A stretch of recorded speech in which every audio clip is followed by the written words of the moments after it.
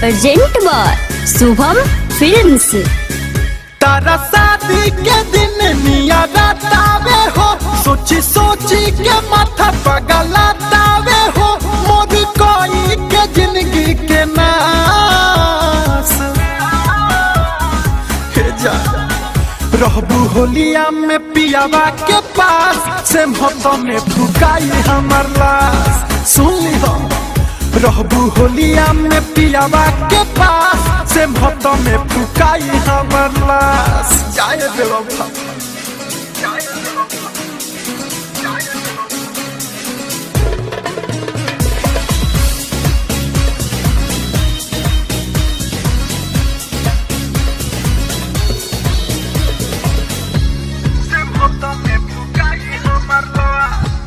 काहे तू छोड़ा तारू गोरी पीछे राह में, रोता दिलवाई तहरा हो डाह में।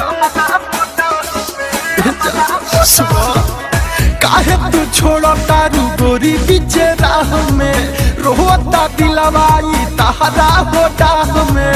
हमरा जिंदगिया में कोके अनहरिया, खुश तू रहबू जाके दूसरा के बाह में।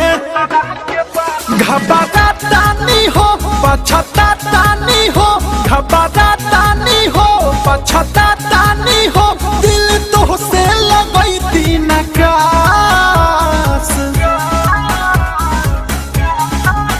रहबू होलिया में पियावा के पास, से मोहब्बत में फुकाई हमर लाश।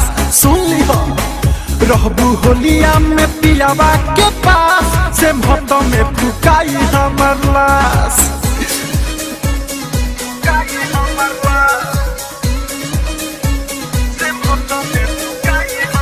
Mix by Aditya recording studio Gopalganj. माई बाबूजी के बतिया में आके, भूलत बारू कसम काहे खाके। सुनो माई बाबूजी के बतिया में आके, भूलत बारू कसम काहे खाके। मोहनो जमाता वाला से सना थकहस, खुश ना रहबू दीपक के रोआ के। लोरे अखिया से बहुत पानी खानी, रखले दिलवा में रहनी तो के रानी खानी। तब आइल मोहब्बत नाराज, रहबू होलिया में पियावा के पास, से मोहब्बत में फुकाई हमर लाश। सुन ली हो रहबू होलिया में पियावा के पास, से मोहब्बत में फुकाई हमर लाश। तारा शादी के दिन निया रातावे हो, सोची सोची के माथा पगलातावे हो, मोद कोई के जिंदगी के नास। हे जा रहबू होलिया में पियावा के पास, से मोहब्बत में फुकाई हमर लाश।